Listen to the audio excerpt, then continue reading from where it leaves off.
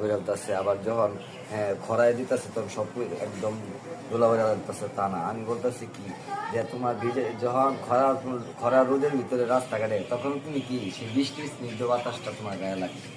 আর যখন এই ভরা বৃষ্টির ভিতরেও তুমি যখন রাস্তা বেরোবে, তখন সূর্যটা কি একটা দুইটা না, তোমার কাছে 12টা সূর্য তোমার মাথার উপরে উঠে থাকবে। আচ্ছা, ওখানে ভিডিওটা অনেক বড় হয়ে যাচ্ছে। পলাশ ভাই শুনেন, আপনি আমার যারা এই ভিডিওটা দেখবো তাদের উদ্দেশ্যে কিছু বলেন। বলতেছি ভাই যে অধিক পরিশ্রম করেন, আল্লাহ তাআলাকে প্রতি অধিক পরিশ্রম করিয়া অধিক ত্যাগ করেন, ত্যাগ করিয়া অল্প কিছু আল্লাহ যাই দেয় তাই আপনি তুষ্ট থাকেন। আর অল্প পরিশ্রম করিয়া অল্প ত্যাগ করিয়া অধিক পরিমাণে সে আশা ত্যাগ করেন, সেটা কখনো ভালো না।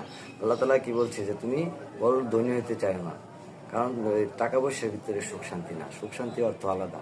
টাকা পয়সা হইলেও কিন্তু আরো বিঘ্ন সৃষ্টির কারণ হয়ে দাঁড়ায় অনেক ক্ষেত্রে এই টাকা পয়সা অধিক থাকলে, অধিক থাকার কারণে।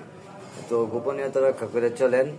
আর আর যে যে নামাজের ভিতরে থাকেন, কোরআনের ভিতরে থাকেন, আল্লাহ দিনের আলেমের ভিতরে তো আমরা থাকি। আগে পড়াশোনা করছি তখনও তাই ছিলাম, এখনো পাগলের বেশ আছে, এখনো তাই আছি। মনে চায় যে কি যে এমন একটা পরম বস্তু, এমন একটা সুন্দর কথা, এমন একটা ফুল, এমন একটা দৃশ্য যদি চোখে আমি দেখতে পারতাম, তাহলে হয়তো আমার কত ভালো লাগতো। আরো না জানি কত কিছু আমি দেখতে পাই না, আমার অজ্ঞানতার কারণে, অভক্তির কারণে। এই জগতে তো সবকিছু আছে, আল্লাহ তাআলার সৌন্দর্যের তো কোনো শেষ নেই। তো সেই পরম বস্তুকে আমি আস্বাদন করার জন্য, তাকে লাভ করার জন্য, তার তো রসের কোনো শেষ নাই। তো এই যে এই সঙ্গীত একটা শ্রেষ্ঠ রস, সঙ্গীতই সবচেয়ে বড় রস। যে ভগবান শ্রীকৃষ্ণর হাতে কি থাকে, বাঁশুরি, তো সঙ্গীত একটা বড় রস। এই সঙ্গীত অনেক শ্রদ্ধার বিষয়। যারা জ্ঞানীজন তারা খুব শ্রদ্ধা করে এই খাজা বা নবীদের জীবনী, এই গানগুলা খুব শ্রদ্ধা করে যত্ন করে রাখছে।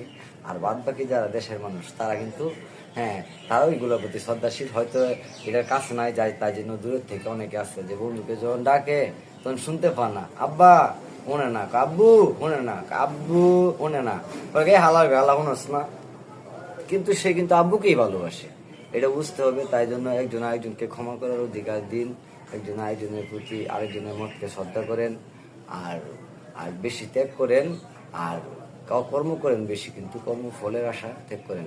ফল ফল যে আমি লাভবান হব এই আশা ত্যাগ করেন। ত্যাগ করে আল্লাহ তাআলা কেমনে খুশি হয়, প্রতিদিন কি ধরনের কর্ম করলে তিনি তুষ্ট থাকে, তারপরে আমার এই রিজিক দৌলত, আহার ঘর, স্ত্রী, বাড়ি ঘর তিনি নির্ণয় করবে। আমি শুধু তার